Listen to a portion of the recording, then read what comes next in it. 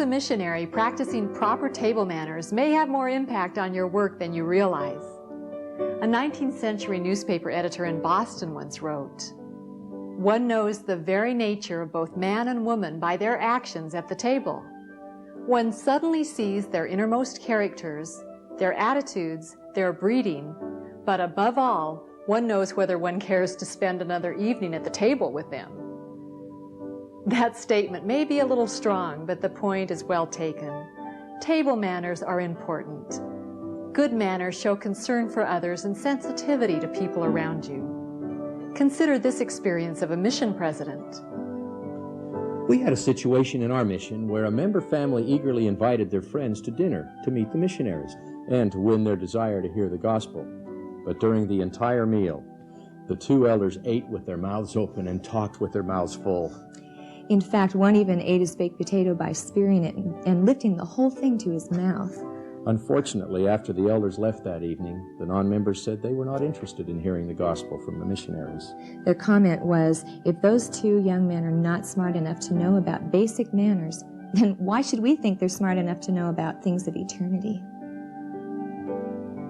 Poor table manners can be a deterrent to missionary work and can prevent us from gaining the approval and trust of members and investigators. Let's review some guidelines which will help us improve our table manners and social skills.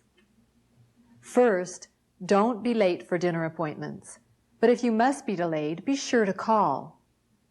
At the dinner table, we should be sensitive to those around us and eat so as to make it a pleasant experience, not only for ourselves, but for others as well. The two most universal styles of eating are continental or European style, with the fork in the left hand and the knife in the right. Fork tines are down and food is pushed onto the back of the fork with the knife before lifting the fork to the mouth.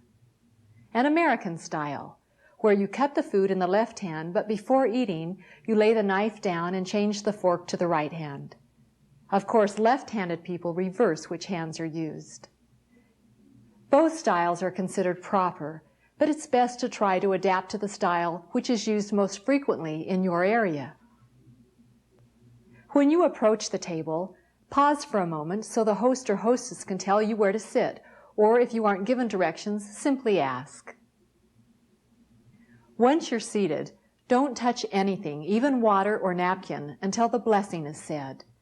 Then place your napkin on your lap, opening it entirely if it's lunch size, or leaving it half folded the long way if it's a large dinner size, with the fold placed closest to the waist. Don't begin eating until your host or hostess has begun. Be sure to sit straight in your chair and avoid tilting back. Use good posture. Bring food or drink up to your mouth rather than bending over to reach it. In choosing utensils, start from the outside working in. If there's a utensil above the plate, that's to be used for dessert. Hold the spoon or fork in a pencil position.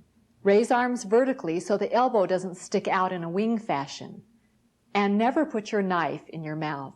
Use it for cutting and spreading only. Pass food clockwise. Food is served on the right. In receiving food, take the dish from the server, set it on the table, and then serve yourself, unless the server offers to hold it for you. When asked for food, don't serve yourself first. Take small portions at first. There are usually second helpings. When jellies, sauces, or butter are served, place a small amount on your plate, not directly onto your roll or vegetable. Then pass them on. Jams, jellies, and butter should go on your bread plate. But if there is no bread or butter plate, then on the side of your main plate. When buttering bread or rolls, break off a small section, butter it and eat it, then go on to another section. Never butter an entire slice of bread all at once. Break it into small pieces not larger than a quarter of a slice. Never cut a roll. Always break it open with your fingers. If it is unusually hard or brittle, prick it gently with your fork and then break it with your fingers. This principle doesn't apply to cornbread or muffins. They may be cut. When offered a tray of fruit, finger foods, or crackers, take 2 or 3 items at a time. When eating soups or puddings, Slide the spoon away from you and then back over the bowl to your mouth, so any stray drop will fall into your bowl, not on your lap. When not eating, rest the soup spoon on the plate, or if there is no plate, then in the bowl is permissible. It's permissible to tip your bowl for the last bit, but always tip it away from you and continue to spoon away. Never drink soup or other liquids from the bowl, but if it is served in a cup, you may drink it from the cup. Don't blow on hot liquids to cool them. Test them with a small bit on your spoon, then let the bowl or cup sit until cool enough to eat or drink. Also, don't crumble bread or crackers in your soup. Lay down all eating implements before you wipe your mouth or take a drink. When wiping your mouth, don't use the napkin as a washcloth. Never sip a beverage until your mouth is empty and has been wiped with the napkin. Sisters, carry a tissue in your purse or pocket so you can blot your lipstick before eating or drinking. It's considered impolite to leave a lipstick ring on a glass. When drinking beverages, sip them slowly. Don't slurp or gulp. If you're using a straw, leave a small amount of beverage in the glass to avoid the noise of drawing up air. Always wait for food to be passed or ask for it politely. Never reach across the table. Always pass the salt and pepper as a pair, even if only one is asked for. When cutting meat, don't cut all the meat at once. Cut only 1 or 2 bite-sized pieces at a time. Eat them and then cut 1 or 2 more small pieces.